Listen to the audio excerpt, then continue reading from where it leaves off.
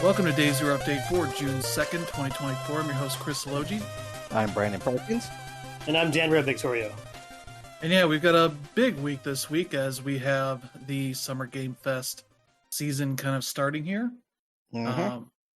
Especially with a PlayStation State of Play happening, with a number of big things to announce there, as well as a bunch of other news. We got some Microsoft news confirming a few things we expected to happen. We got news on maybe a certain HD 2D project that may not be what it seems right now. Yeah. As well as some stuff that's coming out here in the near future that has gotten some dates and all that. So we'll talk about that stuff a little bit later. Before we do that, we'll talk about what we've been playing, and I'll kick it off here. I've been playing a couple of the demos that have been on Steam. One is Skim, the shadow hopping platformer. There was a play test for that that they let people sign up for a demo. It's maybe like 10-15 minutes of content, but it kind of gets the core mechanics across in a really interesting way. So this is a game where you play as like a shadow creature, I guess, that is able to hop between shadows.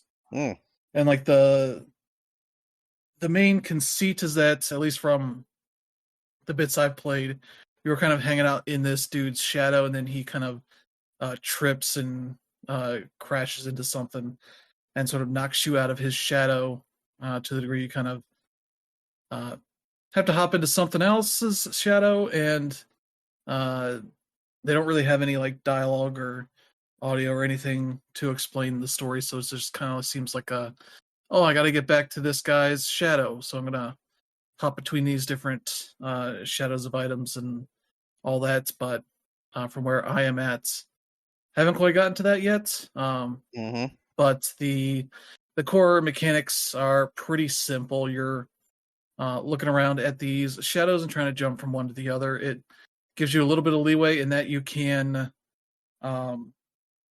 fail once and then kind of get a second jump to get into a shadow. Beating the demo once, it kind of unlocks a hardcore mode. I forget what the specific name for it is, but where I think you start with 20 lives, and then you have to, I assume, beat the whole game without failing 20 times, which is by, jumping out of a shadow, landing on the ground, and then not getting into another shadow by your second jump.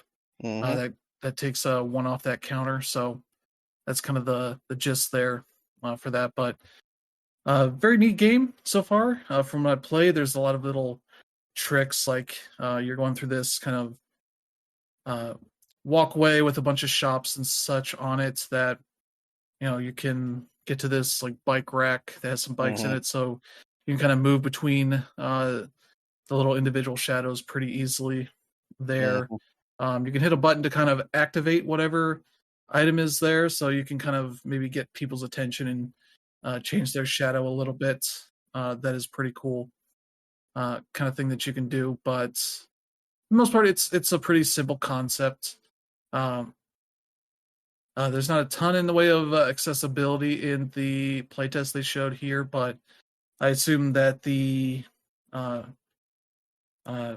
be some more in the final game. But the one of the neat things they do offer is that you can adjust the color scheme of the area you're in. It has, I think, 4 different colors. One for like the shadow, and there's like 3 others for different parts of the way the environments are shaded, or colored and shaded and all that. So you can, if areas are particularly troublesome for your either general visibility or your color blindness, you can adjust it that way to make it a little easier on you.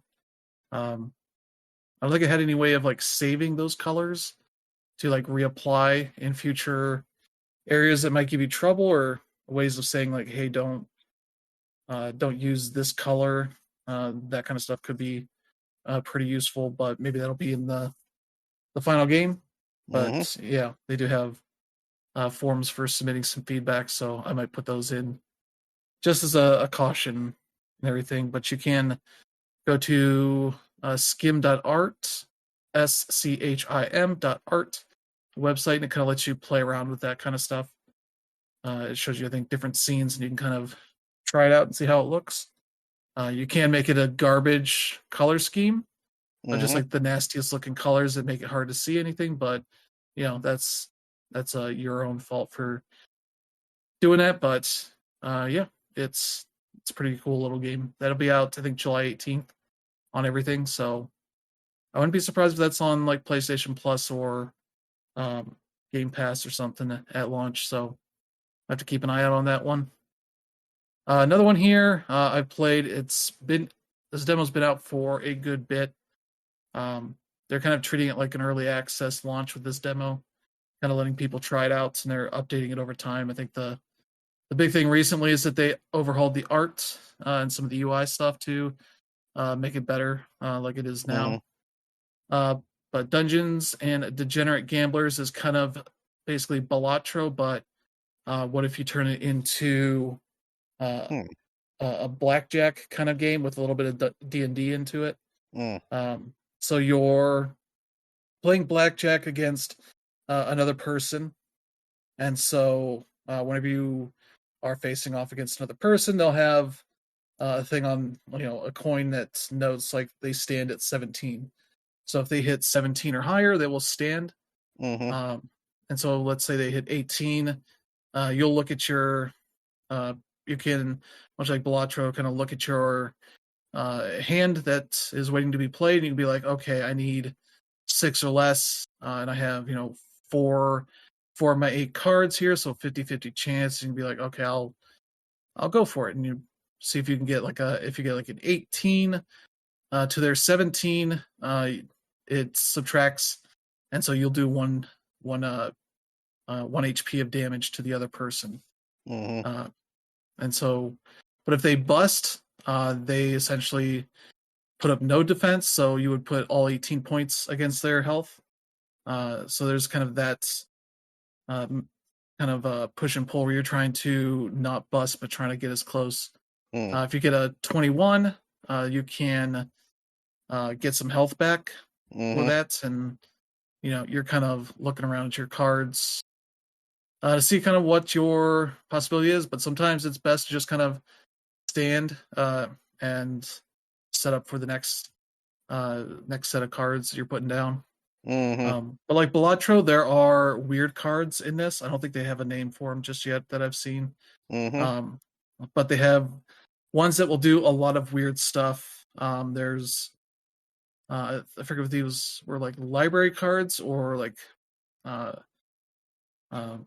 something like that, but it lets you steal one of the cards that has been played by the other player. And same as vice versa. That's how I got some of those from them. There's ones that let you manipulate the point values of the other player, the other opponents. Some that will increase in score as you use them. There's lots of weird ones that will play around with it. I did a video of this game about an hour long. Still hadn't lost, so the rounds are not as short as Balatro is, at least when you for most of your runs that are going to fizzle out. Those can be like 10-15 minutes, so not too long, but your good runs can probably take 30 minutes to an hour, depending on how well your run is going and how much you're trying to figure out the math and all that. So yeah, you're playing around with a lot of that. There was a fun boss that had 3 cards, had 2 10s to get him a 20 at any point, and a 21 card that they do those kind of cards where it's like, oh, goes from anywhere from like 11 to 21's the highest I've seen. And it's like, oh, so he either gets a blackjack or gets a 20 or busts when he gets the 21 and the 10. And so I used the card that I had that bumped up the other players' cards by 1 point if you take damage. And so essentially, intentionally, let them win a hand, and that bumped the 21 up to a 22, so that would instantly bust every time it got used. Yeah. And then I did the same with the 10s, so those are up to 11s, which means if both of those got played, it was a bump, and it like had a stand of like 18 or 19 or something like that. So basically, any of these cards would get played and bust, and that led to me winning pretty easily once I got that pulled. So there's a lot of fun ways you get to deal with this, mess with the other player's hand and all that kind of stuff. I haven't lost yet, so I don't know how much of a rogue element there is to this, a roguelite element. But yeah, you kind of take on enemies, beat them, and then you usually either get choices of other enemies to take on or other events like, the ability to rest, maybe get some health back, or get drinks, which will do damage to you, but they let you, get rid of cards, or go to shops to buy more cards, all sorts of different kinds of events because you're going to like a shady basement to gamble in initially, and then as you beat that floor, you kind of move up to like an inn, and moving your way up to probably taking on some sort of casino boss or something. But it's a pretty cool idea for a game and pretty smart. A lot of pretty smart stuff that they're doing here. And yeah, it's a pretty fun game. So looking forward to whenever they're getting that out. But I think the official version number they're at right now is like 0.21, something like that. So they're not pushing it too hard right now, but it is published by Yogscast Games, so they got a pretty solid publisher there that's letting them kind of do what they need to. But yeah, definitely worth checking out that demo and seeing how it evolves over time. But it's got a pretty good aesthetic to it and music and all that, so definitely recommend it if you're into blackjack or weird card games, weird deck builders, all that kind of stuff. It's doing some pretty cool stuff right now. So there's that, and then played some Little Kitty Big City. I've beaten it, so I'm basically trying to get the rest of the achievements in that game, which aren't too hard to do. Though once they beat it, they say that they're gonna mark stuff on your map that you missed, and I don't know if I just happen to do most everything they would mark because there's nothing on the map from what I've seen. So I'm using some trophy guides or achievement guides to see what I need to do for this other stuff, but nothing really too big there. And then Rocket League, as the season winds out here later this week, I'm finishing up some things. I did make a purchase in the shop because they started putting some more licensed music for the anthems. And they got hip hop stuff this week from the 90s. So there's Push It. I forget what is it? Don't Sweat the Technique. And for an early 2000s, it's Outcast. I forget which Outcast song it is. It's one of them, one of their good ones. So I got those three. So now I don't have enough points for the battle pass, the rocket pass for next season, but I'll get some this week. So that's been pretty much it for me. So Brandon, what have you been doing? Well, the majority of my gaming this week has been pretty much completely overtaken by Apollo Justice Ace Attorney trilogy. I finally managed to have the time and the funds to be able to get a copy for this on my PS5, and I finally did it. And it is, it's great. I loved the original the original Ace Attorney trilogy. I loved that game. I played the heck out of it, and now I've got this essentially the sequel series to it, and it's interesting in that you can definitely tell like there was a graphical upgrade between the first three games and this one. The gradients, especially in the coloring and the animation, is definitely better than it was in the first game. It definitely looks like it has more of a budget behind it. But it also does some things that are kind of unique compared to what the first three games are. For one thing, you have this thing where all of the evidence that you collect in this game, well, I say all of it, most of it are three-dimensional objects that you actually have to like turn over and examine to see if you can find like, unique characteristics like fingerprints or tags or, cracks or things like that. which I'm pretty sure they had something like that in the expansion to the first Ace Attorney game back in the day. But this one's a bit different. And on top of that, Apollo, the guy that you're playing, he has this special bracelet that he wears that, for whatever reason, allows him to focus and perceive people's nervous tics when they're talking, and he can tell when they're lying. So, like, the first one you come across is a guy who's like a university student who typically, when he's giving his testimony on the stand, he'll finger and thumb through like a book or whatever. And when he's lying, you'll notice that he kind of nervously thumbs at one of the pages. And you can use that to sort of get him to admit what the truth is. And the truth ends up being kind of hilarious in hindsight.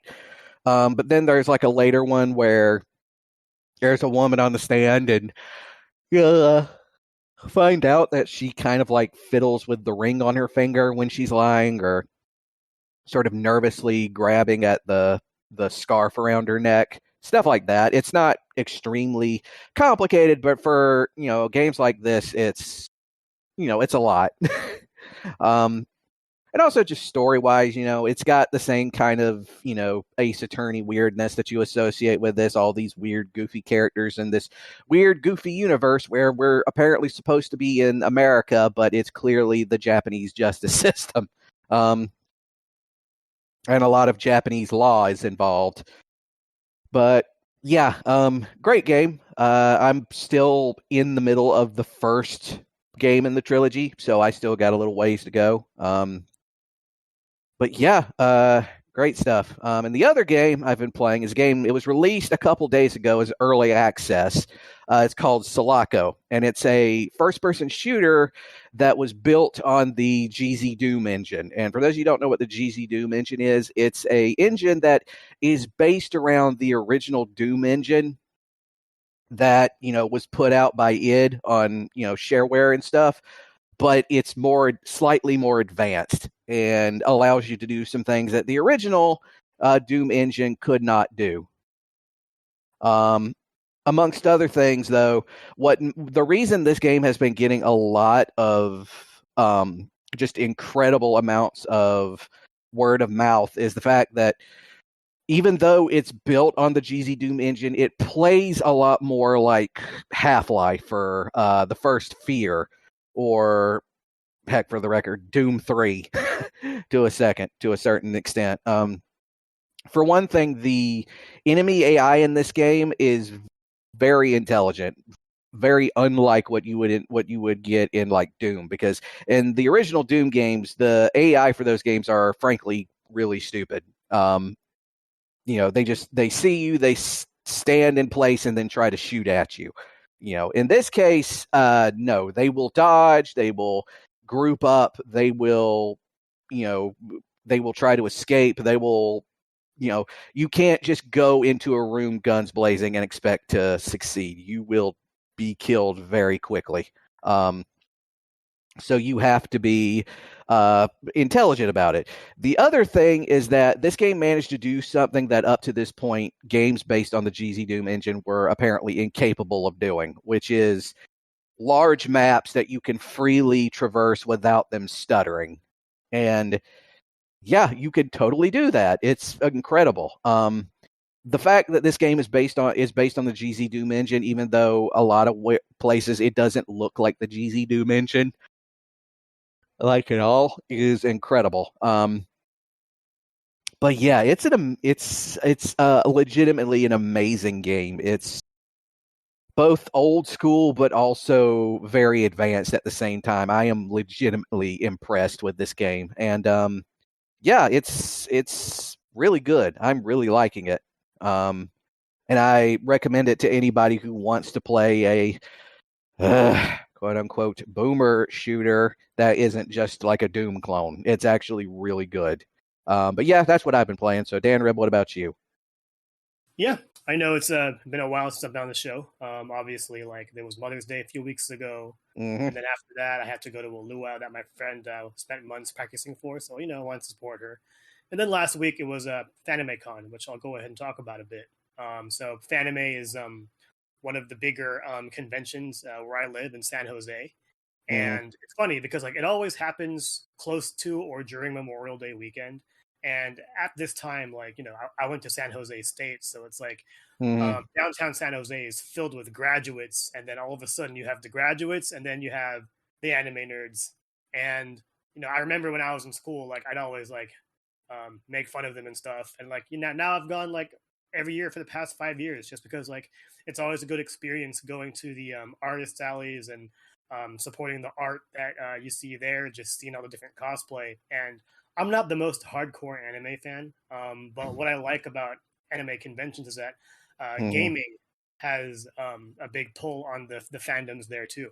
So over on the SmashPad.com website, I did a few stories. First of all, I talked about the convention, but I also took some shots at the cosplay gathering specifically for Fire Emblem, Final Fantasy, Ace Attorney, which Brandon just talked about, Persona, and it was a really good time, and it was interesting because I've gotten way into Yakuza over the last few years, and I thought it would have sort of a bigger presence, but honestly, the biggest surprise I saw was a lot of Baldur's Gate 3 cosplay. Yeah, that's not surprising. I mean, like it's surprising for me because having more of that than Yakuza, which is actually a Japanese property, that was what caught me by surprise. Like obviously, I talked about gaming had being a big thing, but I just didn't expect a Western RPG to have that kind of pull as far as the cosplay goes. But yeah, it was cool to see. I support everyone in what they're doing, and yeah, it's a lot of fun. So definitely check out the site for a lot of the cool shots I took. Anyway, back to what I've been playing. It's been a sort of a little bit of a break after Hellblade, which I'll talk about in a bit. So, the main game I'm playing just to like pass the time, and I've gotten really into it lately, is Hogwarts Legacy. Obviously, like this game came out last year, and with the controversy surrounding J.K. Rowling being an absolute idiot, that's definitely affected like the public notion for this game. But for those that actually picked it up, yeah, there's definitely some fun to be had here, especially for Harry Potter fans. The game takes place, I think it's over 100 years before Harry's existence. So you're not going to see like any of your favorite characters at all, except the fact that if you follow the stories, like the Weasley family, they're there. The headmistress of the Hogwarts campus is a Weasley, things like that. And yeah, like as far as living the Hogwarts campus life, it's definitely there. And I remember playing, a bunch of the old Harry Potter games during the PS2 and Wii era. And the main thing I had fun with was just walking around Hogwarts. But Hogwarts Legacy is a lot more than that. Not only are you exploring Hogwarts, you're exploring the area surrounding it. You're exploring Hogsmeade, which is like the business and commercial district that the fourth years or third years are allowed to go to once they reach that age.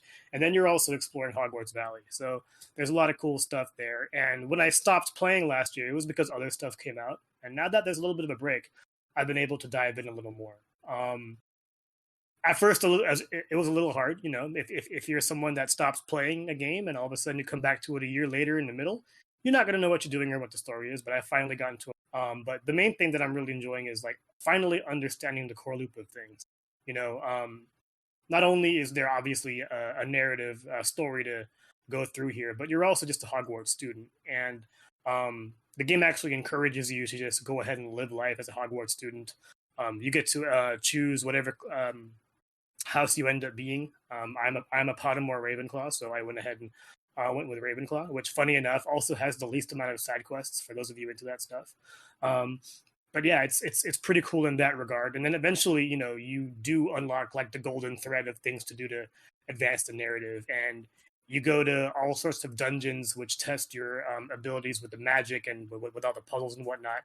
And for the most part, the combat is easy. You should easily be able to kill a bunch of enemies that are overpowered, just as long as you keep spitting out the basic attacks. It's pretty cool using the unforgivable curses. like Crucio, which is the Cruciatus curse that unleashes a lot of internal pain for anybody you use it on. Of course, you're not allowed to use it in Hogwarts because unforgivable curses can't be used on Hogwarts grounds. It's pretty cool seeing how they were able to make that work. But yeah, I've really enjoyed the story. But what really made me really get into it is the way it opens up. You know, obviously I talked about how you can explore more than just Hogwarts. So like once you actually leave the campus, you get access to things like a broom or, you know, the hippogriff, and you can fly around. And just being able to fly around, you know, just really makes the traversal a whole lot better. I do think the menus are a little bit archaic. Like using things like such as the map for quick travel can be a little tiresome. But yeah, I think I finally got the loop down, and I hope to finish this game sometime this week or the next. Obviously, we have Summer Game Fest this week, and I'll actually be there on location, so I'm not going to have as much time as I'd like. But yeah, Hogwarts Legacy is definitely a game that I've been enjoying. Next up is Senua's Saga Hellblade 2. That game came out last week. I'm sure you guys talked about it. And yeah, I was a big fan of the original Hellblade, and this one is more of the same. I'm pretty sure you guys mentioned that as well.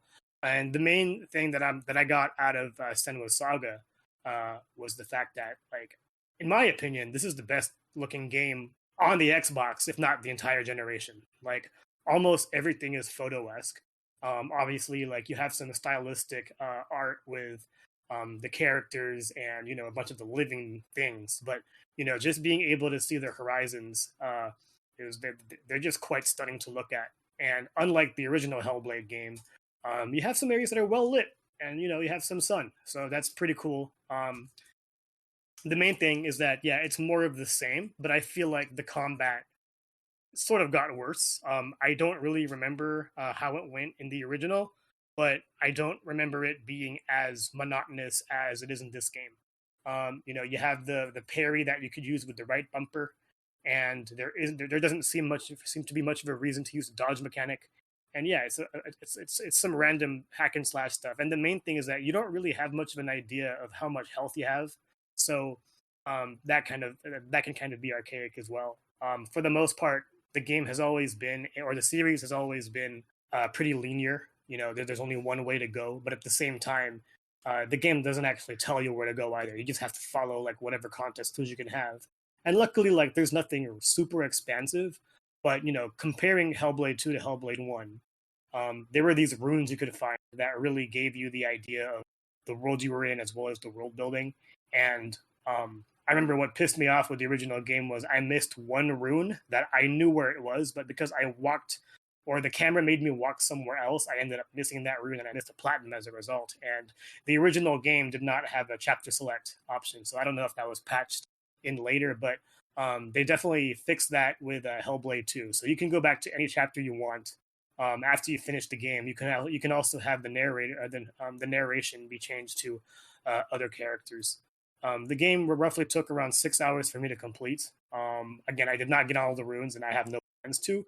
And I did enjoy my time with the game, but it's not something that I really am dying to get back into. But yeah, you know, Hellblade 2 is a game that I definitely enjoyed, but it's not the tent pole game that's going to save the Xbox by any means. And I know that, you know, with what Microsoft has had to deal with for the last, you know, few weeks, people are expecting like more out of them. And yeah, unfortunately, Senua isn't it. And, you know, it doesn't really come as much of a surprise because Ninja Theory doesn't really make games with like that much, you know, attention to detail as far as the gameplay goes. And the last time I can think of the time they did that was with Enslaved, and that was like more than 2 generations ago. But yeah, again, like the game was totally enjoyable, but it's definitely the quintessential Game Pass game, if you will, just because of how long it takes to actually finish. And yeah, speaking of short games, like Chris, I completed Little Kitty Big City. I'm the one that wrote the review on that game, and yeah, it's 2 hours of fun. I played the game on Switch, so my main thing was that it was a little hard to really get a grasp for the way that the cat actually controls. But like once you get through that, it just becomes a joy to play. This is a game that I was excited for ever since it was announced, and compared to a game like Stray, this was definitely more along the lines of what I wanted to do. You know, you get to live the life of a cat. You get to just jump on fences, knock pots down, annoy people who are there, have them drop things, and yeah, it was totally a lot of fun for me. The main thing, aside from the controls, that I didn't like was there's this pounce mechanic that you use to get these birds, which allow you to use them as sort of a currency. And what I didn't like was it always went slow motion for no reason, and I felt like, you know, I can get a lot of that time back by not having that slow motion animation. But yeah, the game is really enjoyable. It's all about getting back home, which is at the top of a condominium structure, and you know, you just go about the town trying to get these fish that'll give you the energy to be able to make that climb. And the energy system is very much like Zelda is with the stamina system there.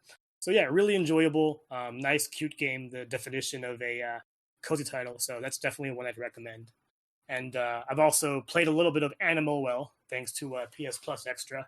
I haven't spent that much time on it. Maybe I've spent around an hour. And while I'm enjoying what I've played, I'm not in any hurry to get back to it. It's pretty much just like a love it or hate it thing. And I'm not saying I hate it, but like I just don't really see much of a reason to come back to it at this moment. But for what it's worth, I did enjoy what I played. I also picked up Paper Mario: Thousand Year Door, but my brother's playing that right now, and at the same time, you're like, you know, it's a game we've already played, so I don't have much to say. And yeah, I know it was long-winded, but that's about it. All right. So yeah, let's get to some news. And first up, we have a new month, so we got some new PlayStation Plus news. And particularly, this is all part of their Days of Play promotion they're going right now. So they announced a number of things here. So, but part of that is some PlayStation Plus news, particularly the new games for Essential, the monthly games. We got here SpongeBob SquarePants: The Cosmic Shake. That's the most recent of the SpongeBob games, and not a remaster of anything. So there's one to check out, a 3D platformer. We also have AEW Fight Forever. I'm surprised this hasn't been on a subscription service yet, but here we go. It's a monthly title, so I'll be interested in checking that out and see how it plays and all that. So there we go for that. And then the last one, and probably the best of the bunch here, Streets of Rage 4. That is a brawler, the newest game in the series, and a very good game. A bit tough to it. Does not hold back any punches.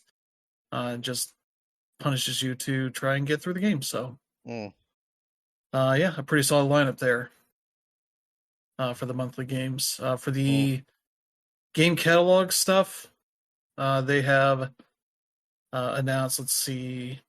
Oh, yeah, also on Monday, it seems like they'll be offering a Roblox pack for PS Plus members. For, it looks like a character costume, Felix Freezebeard the Yeti. So that's fun for the people there. It seems like EA Sports FC 24 is not being taken down until June 18th, so you still got time to grab that one if you have to do so. But for the game catalog for the extra, and no, these are all for premium, I think. Let's see. For premium, they're adding some PSVR 2 games. 5 of them that will be available on June 6th. There's Ghostbusters: Rise of the Ghost Lord, Walkabout Mini Golf, Synth Riders, Before Your Eyes, and The Walking Dead: Saints and Sinners, chapters 1 and 2. All good games, all worth checking out. So that's cool. Also for premium, they're adding some new PS2 games for the first time in quite a while. Because I believe these are all done by the new company that is doing all the PS1 and PSP remasters. So they have available here on June 11th, Tomb Raider Legend, Star Wars: The Clone Wars, and Sly Cooper and the Thievius Raccoonus, which that last one's probably the best of the bunch here. It's a fantastic 3D platformer game with some stealth elements to it. That is a very good one. So that's cool. And then this is for extra and premium. Just a handful of games they're announcing for. Let's see, at these specified dates. So Dredge for PS4 and PS5, which is a fantastic game that's available now. That was my number 2 game last year, so definitely worth checking out if you like Mm-hmm. games that are spooky and just generally interesting, like fishing kind of games. Also available now as of May 31st, Lego Marvel Superheroes 2. It's another sort of open world-ish Lego Marvel game, so you can check that out. Let's see, for June 5th, Cricket 24 for PS4 and PS5. So you can check that out. And then for June 7th, for PS4 and PS5, Grand Theft Auto San Andreas, the definitive edition. So that'll probably be available for a little bit. So there's that. And then, then they announced a new game trial for premium members, WWE 2K24. So people can check that out and see if they want to spend money on the whole game or just play for an hour or two, I think it is. So yeah, some good stuff there to check out for PS Plus members. Yeah, I know PS Plus, all the premium options, they pretty much get a bad rap, especially when they're compared to Xbox Game Pass. But no, as of late, I've really been enjoying like what they've had lately. I talked about Animal Well just now, and I downloaded Dredge, which is a game that I heard about a lot last year and never got a chance to try. Along with Dave the Diver, like a lot of these games that are becoming available are not available on Xbox Game Pass, and they're really cool. So yeah, looking forward to getting to try these. Yeah. And yeah, the Days of Play promotion they're putting on a bunch of stuff on sale. They do have some interesting stuff here, $50 off a PS5 or PS5 Digital Edition. And as well as I believe there's a promotion if you get it off of PlayStation Direct. You get, I think, a year's worth of Netflix Premium. I guess their top tier. Yeah. Which from what I've seen essentially just adds a credit to your account. So if you do not have the top tier of Netflix, it'll last longer because it's just going to apply to whatever tier you're on. So that's a pretty good offer because that's like a good $200 of value there on top of the other stuff. If you're going to get a PS5 or PSVR 2, because the PSVR 2 headset and the Horizon Call the Mountain bundle are $100 off, so you can check that out for pretty decent prices. Let's see, $10 off all PS5 console covers and $80 off the Marvel Spider-Man 2 Collector's Edition PS5. So some pretty solid deals there, as well as some deals for PlayStation Plus. Doesn't seem like they're offering deals to extend your subscription, but if you do not have PS Plus, you can get up to 30% off a 12-month plan. Or the discounts for upgrading to extra or premium if you do not have those yet. So there's some decent options there as well.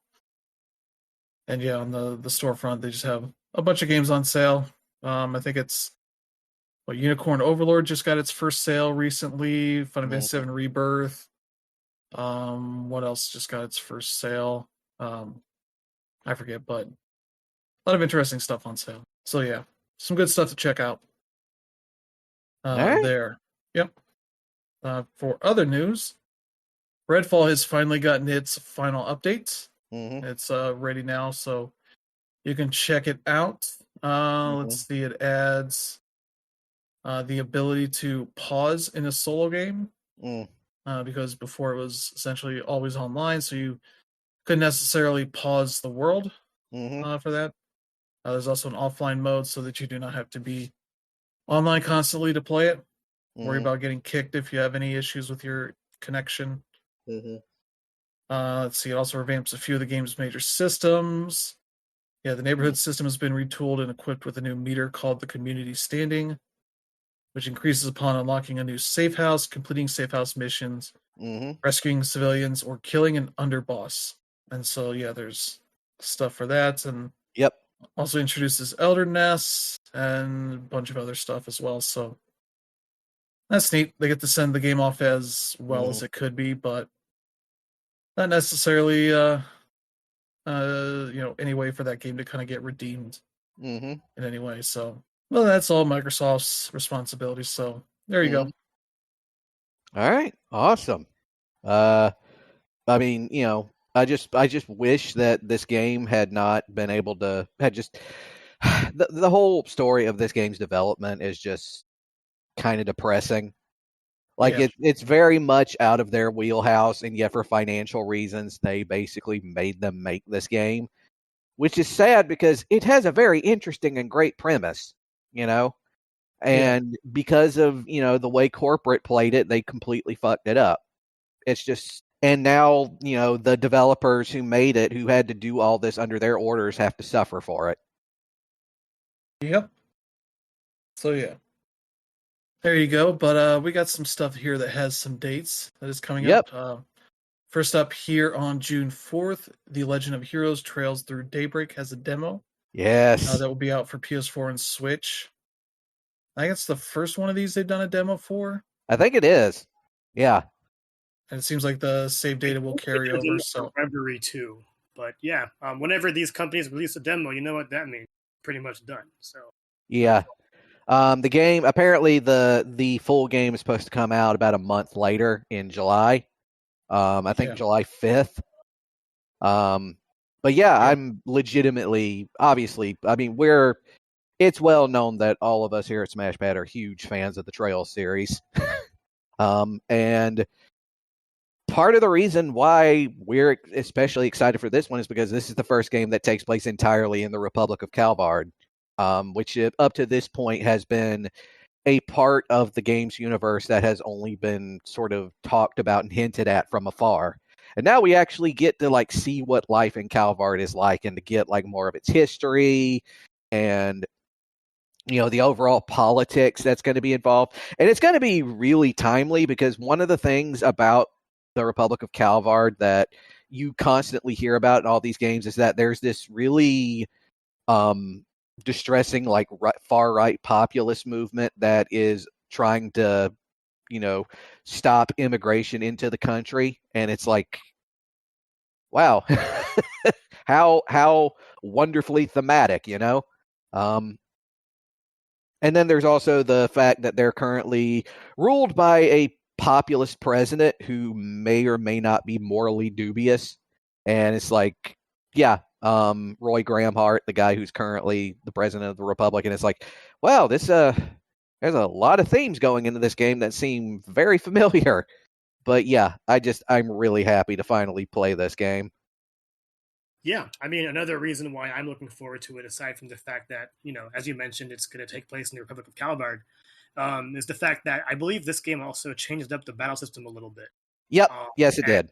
A lot of the fans who played that one also say that, and they also say this about a lot of the other quote-unquote first games in every saga, is that it's actually a good place for newcomers to get into the series. And, be that as it may, that's also pretty cool, just because this series, we've talked about it for years. It's just one of the best RPG games out there, and looking forward to just getting my hands on the demo. I don't know if the progress moves forward, but yeah, just looking forward to trying it out. Mm-hmm. Yeah, but yeah, the save data will carry over, and yeah, just to give you an idea of how long we've known the release date, it was back in March. They announced that. Yep. So, but the demo we didn't really necessarily know was going to happen. So, but you'll be able to check it out this week on Tuesday. Yeah, and honestly, part of the other reason we love this series is just the sheer balls that they have over at the developers, that they've managed to have this super story-heavy RPG that's been going on for, God, almost 15 years now, right? If not longer. Yeah, since the PSP days. Yeah. Even longer for us, being 3 games behind. Yeah. So yeah, that's dedication. Yeah, so there's that. Also coming up here, let's see, June 25th for PS5 and PC. Until Then will be out. This is the Philippines set narrative adventure game coming from publisher Modus Games and developer Polychroma. So that's cool. That'll finally be out. I think it got delayed a little bit. But now has a date. So it'll be out here in a few weeks. Yeah, finally looking forward to getting my hands on this one. Obviously, I'm Filipino American, so it's going to mean a little more to me. But yeah, it's molded in a bunch of other side-scrolling puzzling games in similar fashion, games like Night in the Woods and things like that. Yeah, I'm looking forward to getting my hands on it. There is a demo on Steam, but yeah, I'm just gonna wait it out. Yeah, so there you go. Then on July 4th, we get the next game from MiHoYo, Zenless Zone Zero. Yep. This is the one you've seen that's been set in like urban areas. Yeah. It's an action RPG of sorts, though. Yeah, it'll be out on PS5, PC, iOS, and Android on July 4th, so you can celebrate the 4th of July by playing a Chinese free-to-play game. So there you go. They do have a $10 pre-order edition to get some bonus items in it. But otherwise, you can check it out when it's out next month. So that's probably going to be a pretty interesting game. Yeah. So there you go for that. And then the next one here, August 1st, we finally got a date for Tomba Special Edition. That'll be August 1st for PS5, Switch, and PC. And the PS4 version will be available at a later date. This is going through Limited Run Games. They're publishing this. So that is interesting to see. Really like the original game. Yeah. Tomba was a game that I definitely had some fond memories of. I would go over to my aunt's house because they were the ones with the PlayStation. And I actually had more fun with Tomba than I did with Crash Bandicoot. So yeah, that's fun. Yeah, Tomba was like the first game I ever played on a PlayStation. And for the time period when it came out, it was kind of a big deal, especially when it's your first, game that you're playing on the PlayStation and you see like full motion graphics on a console for the first time. Yeah, it has just wild animation to it. Oh, yeah. Tomba does not jump around like a Mario or anything like that. He kind of puts his stomach out as he's kind of jumping like if he was parachuting or something like that, or jumping out of a plane kind of thing. But it's like a 2.5D kind of an adventure Metroid kind of game, where you're opening up these areas by doing quests from people and doing a lot of exploration, being able to get around these environments in ways that you weren't necessarily doing a ton of it at this point. So yeah, this also made by the guy that was working on the Ghouls and Ghosts series. So very kind of similar style to it, though less focused on like a Castlevania kind of setting to more of an anime setting. So yeah, that's pretty cool. Yeah, it seems like they have save anywhere, rewind options, analog control, museum with a bunch of bonus materials, remastered soundtrack, and an interview with the creator Tokuro Fujiwara. So that'll be cool to see, and hopefully it does well enough that they get to do a sequel, do the sequel, because that's also a weird game because they essentially did another one, but with all 3D models versus a lot of 2D sprites here. So that's a game to check out. Now we get to some more industry news. First up here, the thing that we had pretty much all assumed, that Call of Duty Black Ops 6 will be on Game Pass at launch. Yeah. Not really a huge surprise there. They have confirmed that after leaks and all sorts of such were happening. It's basically all but confirming this, so I don't know if they were hoping to hold it for the Black Ops 6 Direct that's after the Xbox Game Showcase, but yeah, there you go. We'll see more at the Directs on next Sunday. Yeah, I'm trying to see if there's anything else here. No, that's pretty much all this has. It has a little reveal trailer attached to this, but not much else information-wise, so you'll be able to check that out. That'll be an interesting game, because if you have the base Game Pass tier, you do not get online play, so I'm curious what how many modes you get to play. Is it just campaign, or is there any more local multiplayer stuff in there? I don't know, but that seems like a game that's very much geared for the tiers that have multiplayer options on there. So, but yeah, there you go. And for more Xbox news, the developer Toys for Bob that split from Activision and Microsoft right around when the acquisition was finalized. They have announced publicly that their next game is being published by Xbox, which was not a huge surprise. That was very much the thing they were putting out when they announced their independence, is that they were looking to make a deal with Microsoft to publish their next game, but just wanted to have more control over their own studio. So that is good for them. I assume it's going to be a platformer of some kind, because this is the studio that's been doing mostly that. They did the Skylanders games, Crash Bandicoot 4, and then Crash Team Rumble's the only recent game that's any different other than being a support studio for Call of Duty stuff. So yeah, excited to see what they're doing, but I think that's going to be a few years off before we see anything out of that. So yeah. But let's switch over to Square Enix. They posted on, I think this was Memorial Day here, but in Japan it's Dragon Quest Day. I assume the launch of the original Dragon Quest was that same day back in whenever the 80s. But they basically posted a short video showing the logo for Dragon Quest 3, saying the legacy begins, and showing that it'll be coming to the Switch, PS5, Xbox Series X and S, and PC. And there's speculation going along with this that the reason this game's been taking so long is that they are likely expanding it to be a trilogy from Dragon Quest 1 to 3, which would be cool to see, because that's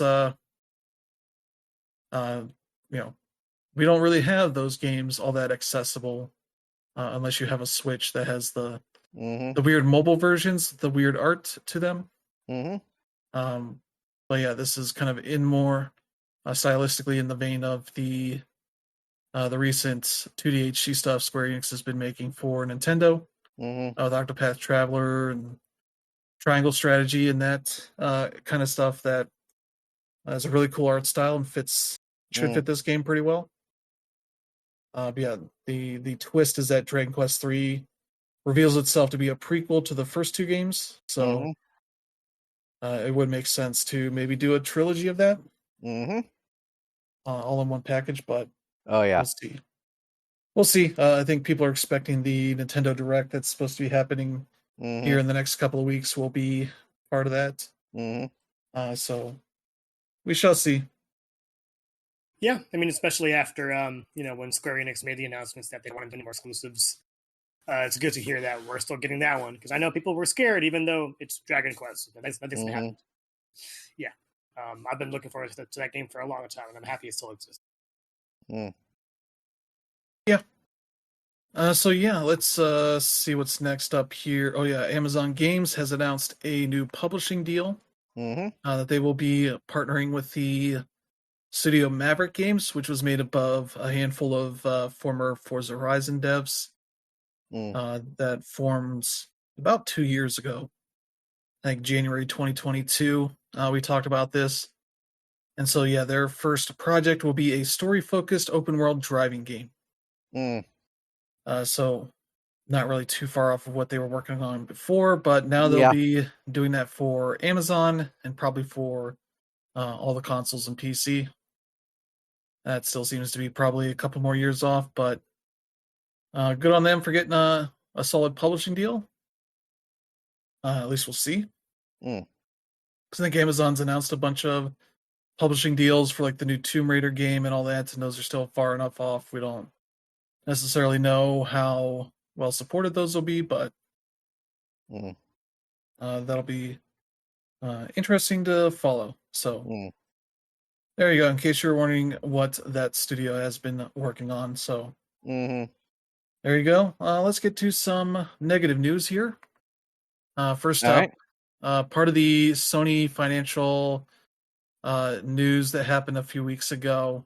There was an interview with Neil Druckmann, sort of talking about various topics as being one of the key creative people within the Sony first party studios and all that. And it got a lot of blowback because of quotes about AI and things about their next game, redefining what games can be, kind of stuff. A lot of weird, high and mighty quotes that people then took to be like, "Oh, Neil Druckmann's got a huge ego. This is the sort of bullshit he would say," and all that. And he had to come out and show the transcript of the conversation he had, and talking about how it was a very rambling kind of thing.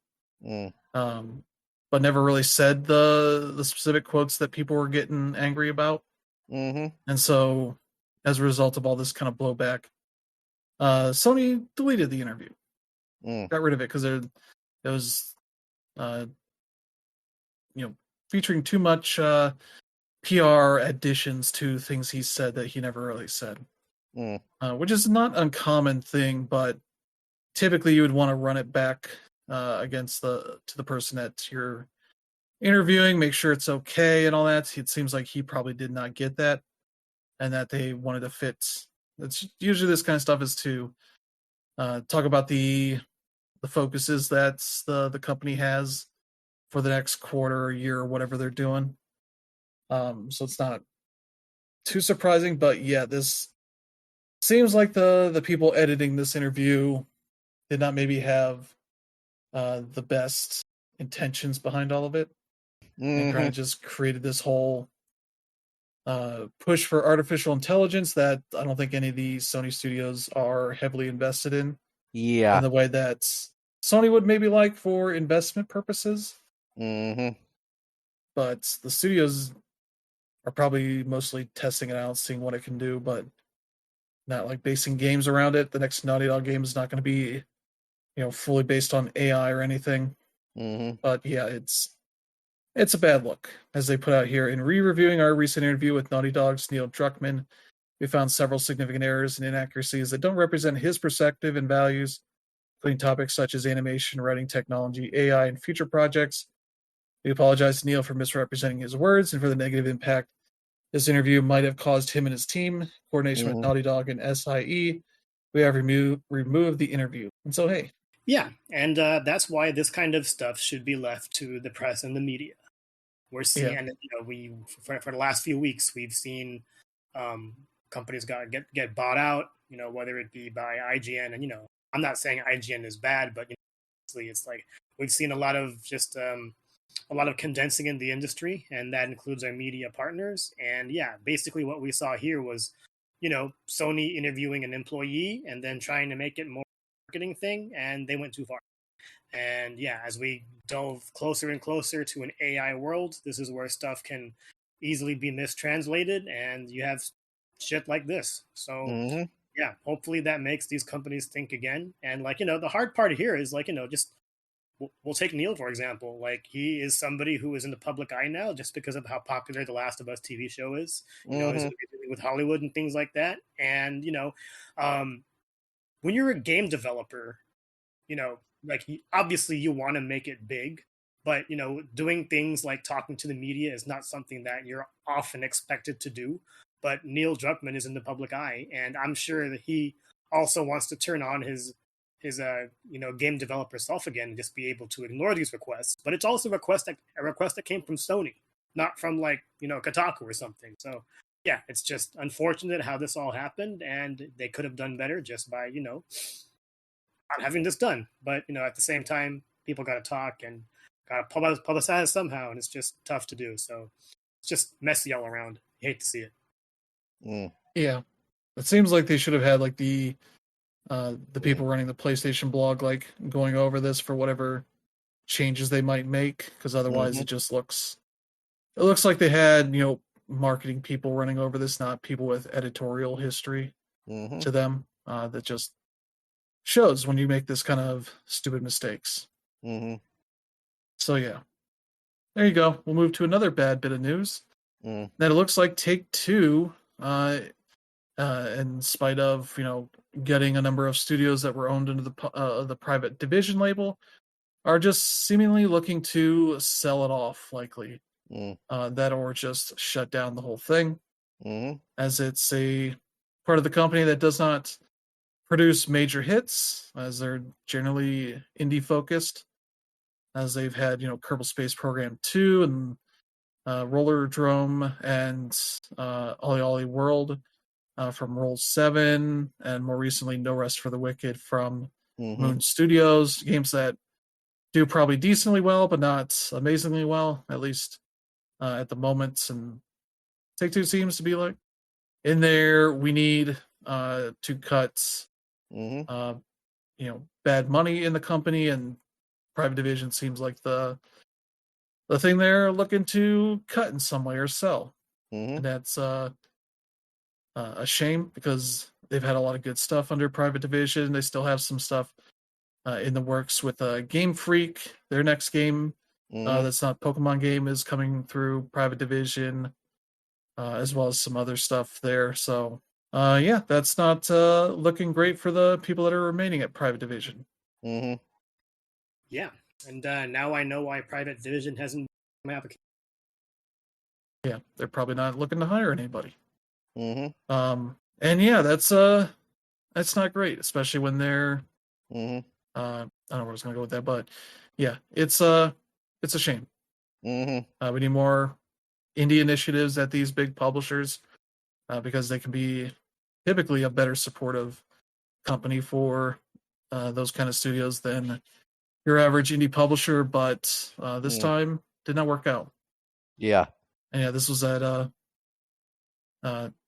with the CEO Strauss Zelnick, who was being very weirdly coy when the news about shutting down Roll 7 and Intercept Games, and basically being like, well, we didn't shut down those studios because technically they weren't shutting them down until June 28th, which is like, no, you're just lying here about things, trying to be super cute about stuff, and that's not how people like their CEOs to be.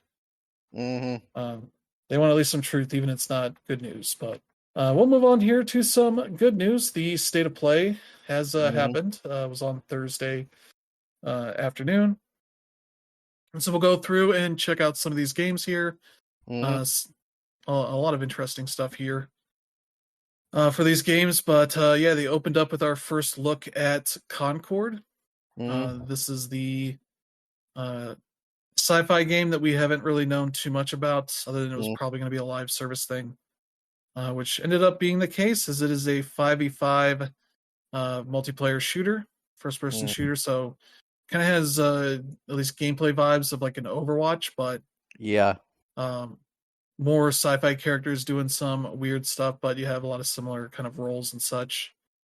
They've talked about in their blog post that they have 16 characters, I think, at launch, and the characters will stay free when they're adding them to the game. But they will have something they'll charge for. I think the game is probably going to be require payment of some kind. I don't think they've put it up for pre-order yet, so that might be happening here soonish. But the game will be out on PS5 and PC August 23rd, with a beta in July, I think, that will be for people pre-ordering the game. So we'll have to see about that. But yeah, that looks pretty neat from what I've seen here. So it's got some nice stuff going on. So there's the first big game. Then they showed off God of War Ragnarok is coming to PC on September 19th. It'll include all the content that the PS5 version has. So that's good. More people can check that one out.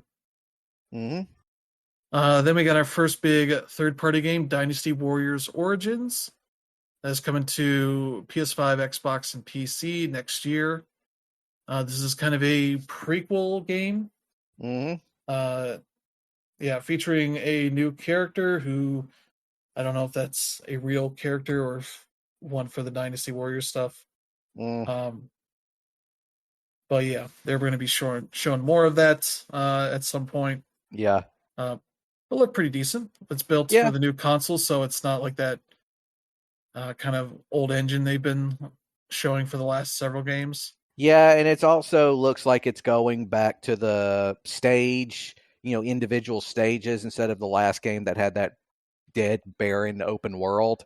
So, yeah. Yeah, so there you go. That looks And pretty neat. it's definitely a graphical upgrade. I'll give it that. Yeah. Which is good. Mm-hmm. You get a lot more, looks like more destructivity to it. Oh, yeah. So that'll be cool. Then we got Infinity Nikki, which I guess is like the 5th game in this series the 5th installment in the beloved Nikki series that we've not really gotten much of here, but it is a free-to-play, I believe it's going to be a free-to-play open world dress-up adventure game, where it's kind of probably like a cozy game of sorts, where you're playing as a girl, or you can probably be any sort of thing, but it features Nikki and Momo, who embark on a new adventure to travel across the fantastical nations of Miraland, each with its own unique culture and environment. Yeah, you meet new people and creatures and collect outfits and all that kind of stuff. So I believe the other games have been kind of gotcha games, so this is probably going to be pretty similar to that. Yeah, probably. So, but this one looks pretty neat. I don't know how the end product's going to be, but they're supposed to have a beta test here in Q3, so we might see more of that sometime soon.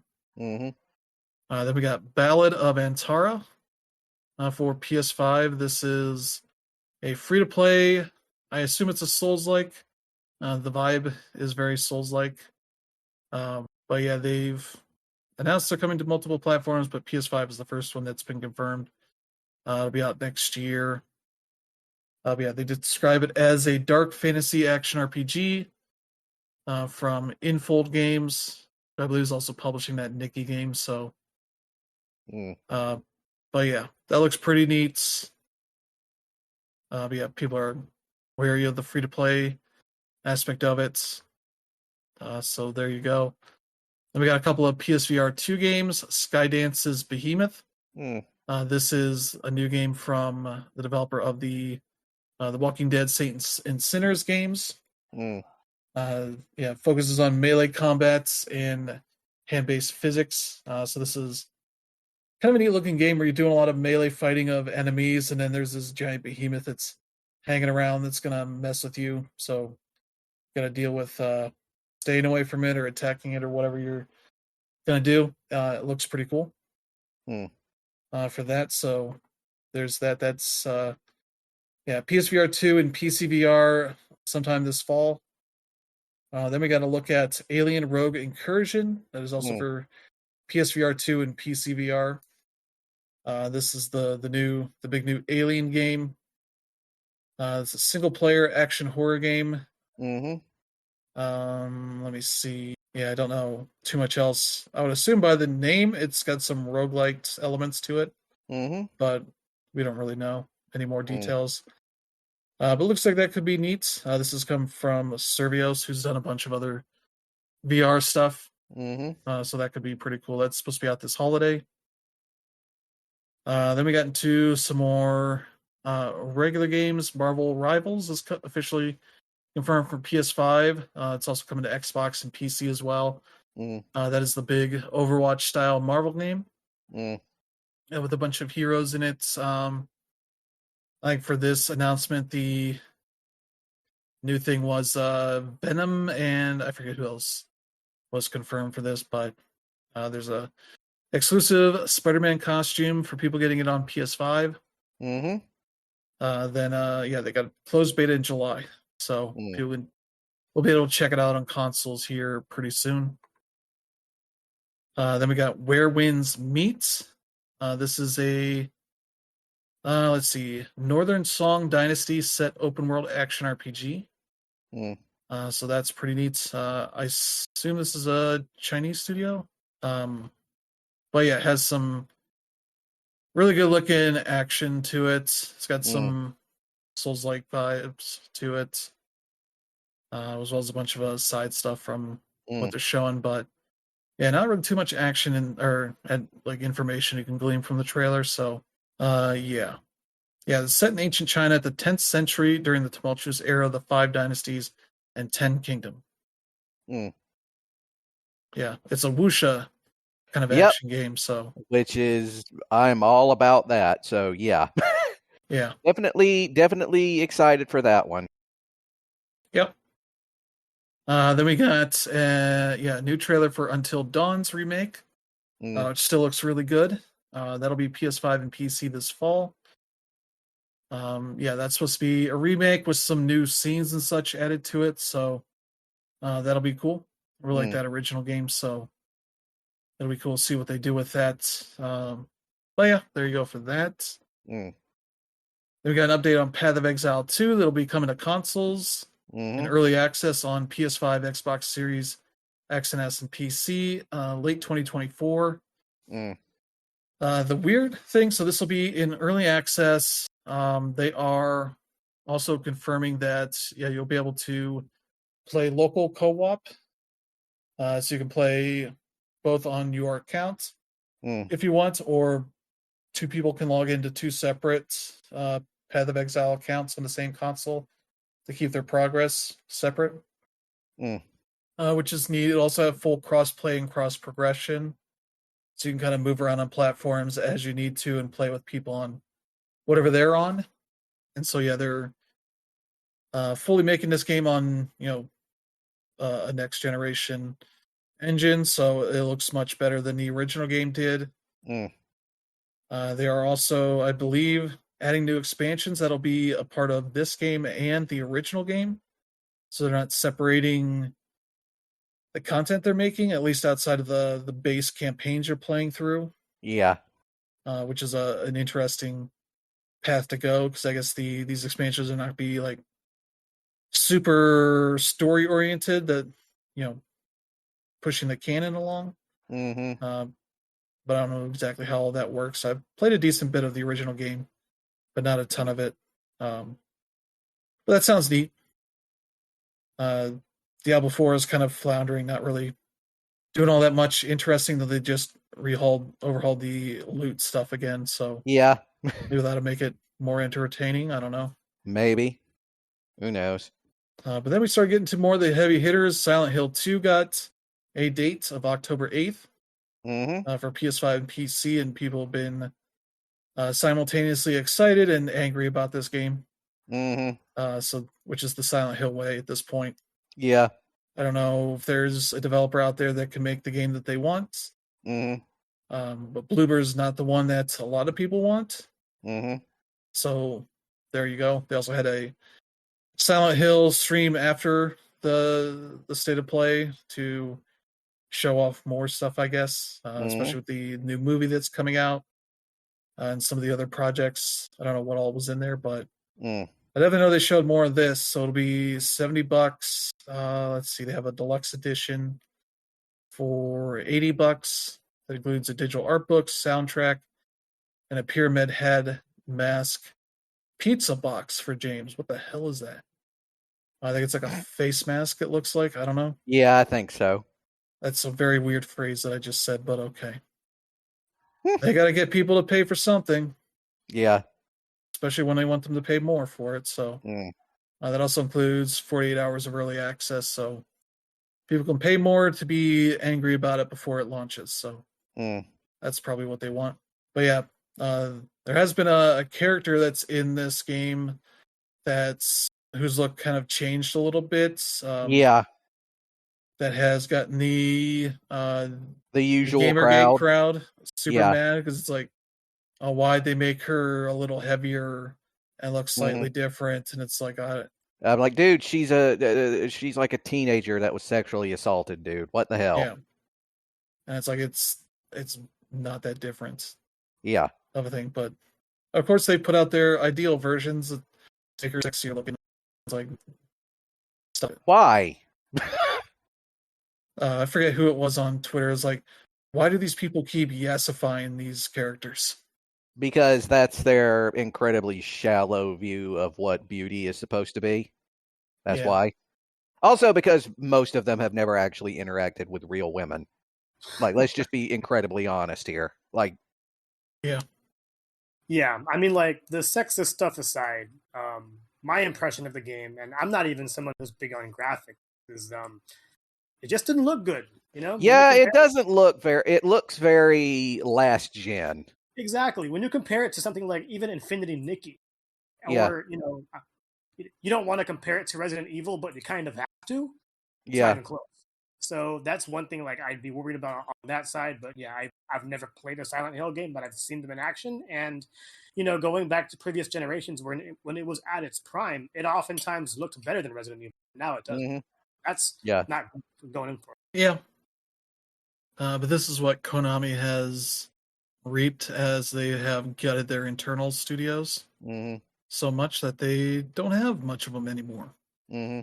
So you don't have the team that made the original games to keep making them, so they hire new teams, Western studios, to make them that the fans don't like really for most of them. So you end up in this situation where nobody's really happy other than probably Konami making a bunch of money off of these people. So there you go.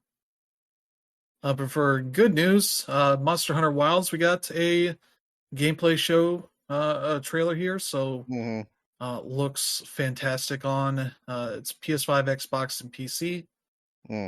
Looks really good, taking a lot of cues from obviously evolving things from Monster Hunter World as well as Rise. Instead of having a like dog creature that you can ride around, you have a bird, essentially a chocobo of sorts, that can fly around and jump and do all that stuff. You have a lot of the same kind of mechanics from the last couple of games in this that is pretty cool to see. That'll give you more mobility and all that. So that's pretty cool. Yeah, they've got 14 weapon types in this, which I think are all probably stuff that's been in the last couple of games. They also say here, Monster Hunter Wilds players who link their Monster Hunter World save data can receive special bonus items. Includes the feline leather set, palico armor, and feline acorn spade palico weapon for linking Monster Hunter World base game save data. And let's see, a different set of palico armor and weapons for save data from Iceborne. So yeah, they've shown off a good bit of this. It has some really nice looks to it, and yeah, a lot of this initial area they show is very much not green like you see a lot of Monster Hunter areas. It looks more like maybe a desert-y area, kind of. A lot like that kind of brown grass to it, which looks really cool. So yeah, this game's shaping up. It's still aiming for next year, but still looks really good. So we'll probably see more of that here over the next few months. Maybe, yeah. And then we ended off with a big surprise as Team Asobi finally announced what they've been working on, which is their first big Astrobot game for the PS5. That'll be out September 6th. Cool. And very much kind of takes a lot of what they've done with the last two games and blows it up into a bigger game. I believe the details, they have, I think, like 6 worlds and 80 stages in it. You're collecting a bunch of like special weapons to use in some of these areas. He has like boxing gloves to fight a boss and a bunch of other things that he collects along the way, as well as much like in the Astro's Playroom, meets up with a bunch of other bots that are cosplaying as other PlayStation characters. And so there's like a big bit where he runs into Kratos bot, who tosses him an axe that Astrobot drops immediately. So the pre-orders for that will open up here on the 7th, I think, later this week. So we'll find out if it's a full $70 game or maybe they'll go cheaper to appeal to more people. We'll see, but yeah, they have a lot of cool touches to this. A lot of bosses that are returning from Rescue Mission and Playroom, and yeah, like some fun stuff where like I believe the big hook here is that Astrobot's DualSense ship has been destroyed and he has to collect the pieces for it. as well as he rides around on a PS5, a spacefaring PS5, which people thought was a hint of the PS5 Pro, but it's just the PS5 without the case on it. So yeah. All right.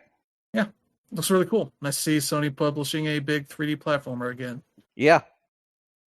But yeah, that's the state of play.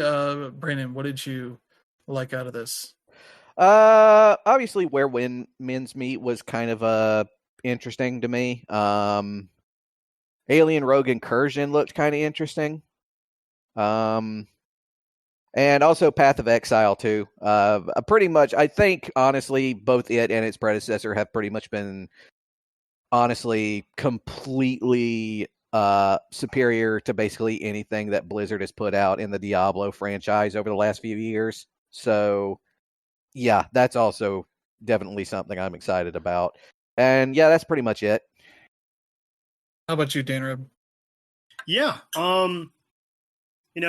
PlayStation always sort of puts themselves into a corner with their, because a lot of them are having a lot of predictions that are more ideal for a PlayStation showcase, which is different than a state of play.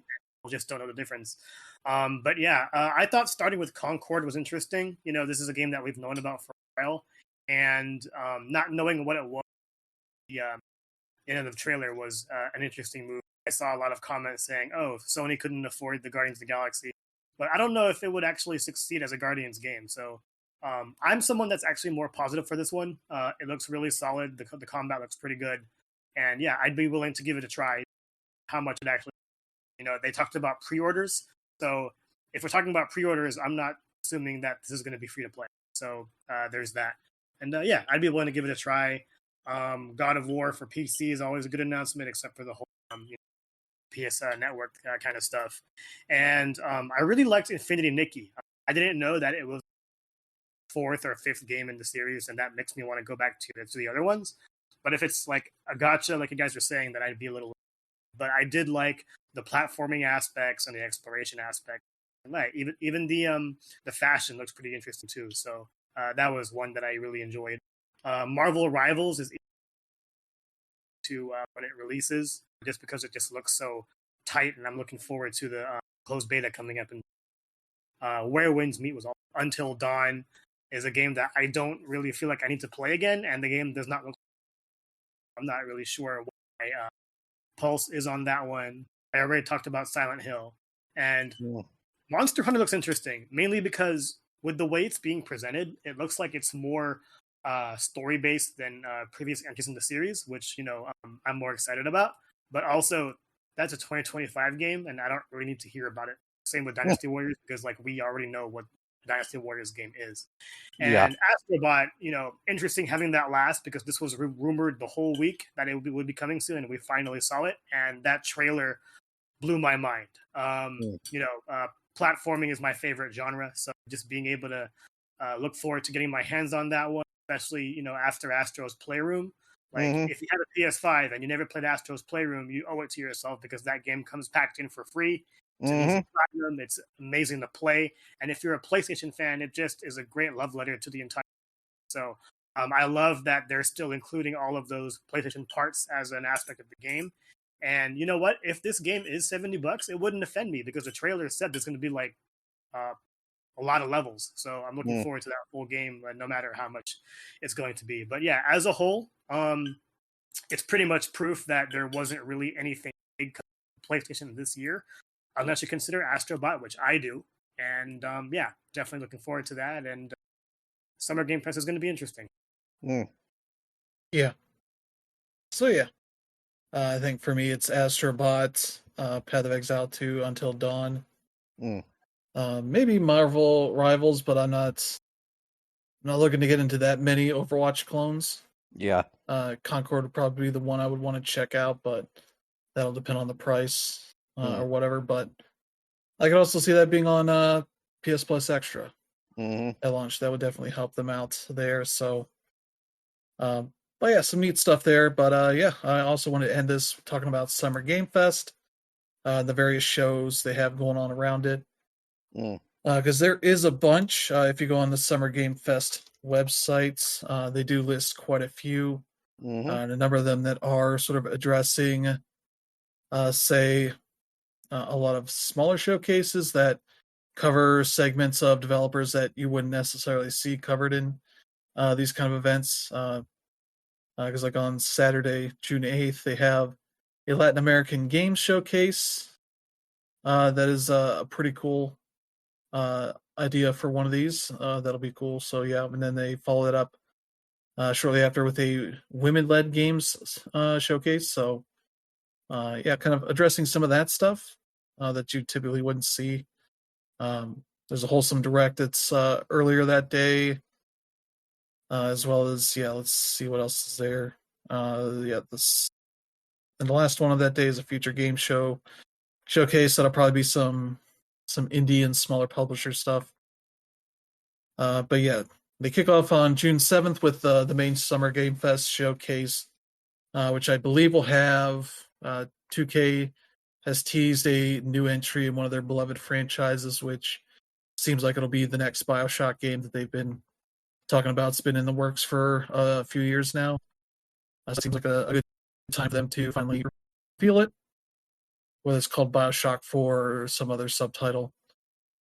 That'll probably happen. I do know they have I think the Atlas guys coming in to talk about something, so I imagine they'll showcase some of Metaphor ReFantasio. Yeah, which I'm also excited for. So yeah, so that'll be a big thing. I don't know what else he has teased happening that day, but you can probably expect a lot of things because they've talked about partners for the various showcases. Yeah, let's see. 2K, we talked about their big thing. Atlas. Yeah, there'll probably be a bunch of stuff here. Yeah, I haven't seen too much of what Jeff has hinted at on his Twitter. I think he's literally streaming right now on Twitch, answering questions from people. So he'll probably hint at other stuff that'll be happening here. But yeah, what else do they have? Right after the Summer Game Fest showcase, Day of the Devs is on. So they'll be announcing a bunch of indie stuff there, especially now that Day of the Devs as an event is fully independent from Double Fine and Microsoft. So that's a cool aspect of that show now. And I believe they are taking, I don't know if they do Patreon or some sort of donation to support them, their endeavors. So that'll be cool. And then Devolver Digital, as we talked about last week, is going to be ending that night with their showcase. I think it's 30 minutes. Volvy's 15th birthday party, as they're continuing that horrific monster character as a whole thing there. So there you go for that. Yeah, June 8th, they have a bunch of showcases. They start off with a Future of Play Direct. That'll have some more indie and small publisher stuff. Let's see, that's at 11 a.m. Eastern Time, 8 a.m. Pacific. And yeah, then at 12 is the Wholesome Direct. 1 o'clock is the Latin American Games Showcase. 2:30 is the Women-led Games Showcase. And then at 3 is the Future Games Showcase. So that's that day. Sunday, the 9th, we'll have mainly the Xbox Games Showcase. That starts at 1 p.m. Eastern Time, 10 a.m. Pacific. That'll be followed by the Black Ops 6 Direct that they've officially unveiled as the second part of that show. So we'll find out more about what that game is doing. Then following that is the PC Gaming Show, their 10th anniversary. So that'll be interesting to see, 4 p.m. So that's that. And then on June 10th at 3 p.m. Eastern Time, 12 p.m. Pacific will be the Ubisoft Forward, which will probably be pretty interesting. They'll talk about the new Star Wars game, the new Assassin's Creed game, probably X-Defiant, whatever new characters they're adding to that, and that the rumors of that stuff seems really, really weird. If you don't know, that's basically a Call of Duty alternative free-to-play multiplayer shooter, featuring like characters that are in line with the various like Tom Clancy games. One from the Echelon from Rainbow Six, not Rainbow Six, Splinter Cell. One from the Ghost Recon. One from the Rainbow Six team. That kind of stuff. But if you were talking about like Rayman and some other characters, like how are you going to represent those as actual humans? Essentially Call of Duty people. But I'm sure they'll figure it out. But yeah, we'll probably get some of that stuff that'll be announced, and yeah, that's gonna kind of be it. There's the Nintendo Direct, but that could be the week after. Oh yeah, sometime later in June. We'll find out at a later time, but yeah, there'll be a bunch of stuff to check out there. Oh yeah, definitely looking forward to it. This will be my first time there. SmashPad as a whole hasn't been invited to an E3-esque event since 2008, so that's hella years ago. And yeah, looking forward to checking things out. I'm going to the Summer Game Fest showcase, and then I have play days on Sunday and Monday. So a lot of smaller sites will be there on Sunday and Monday because sites like GameSpot and IGN have Friday, Saturdays. Yeah, looking forward to it. Yeah, I do know IGN's doing an IGN Live thing where they're streaming like 8 hours a day every day during the weekend. Yeah, so that's a premium event. IGN, for their fans and whatnot, they'll be recording NVC and a bunch of other podcasts, having people on, at the event. I don't know what to expect. I was invited to that too, but yeah, I'm not expecting much from that just because events like that where the public are invited are typically kind of rough. But looking forward to it anyway. Yeah, I do know a couple of things that'll be announced there. The Power Wash Simulator devs have announced they're announcing whatever their next bit of content is at sometime in that 24 hours of streams. No real set time, but that'll be interesting. There's been at least a few other indies who said they're going to be on one of those IGN Live shows, so there'll be probably plenty of stuff that gets announced, but probably a lot of fluff like the podcast stuff and probably some other interview stuff. So unless you're super dependent on getting a glimpse of everything or every bit of info, you can probably safely just wait for teams to just fully unveil whatever they're announcing, their trailers and all that. So, but yeah, that's a preview of what to expect. Gonna be a bunch of stuff. So next week's show will probably have a big list of things that got announced. So we'll probably primarily talk about that unless something else happens during the week. But I imagine most places are going to keep themselves quiet if they're not part of the showcases. So, but yeah, that'll do it for the show this week.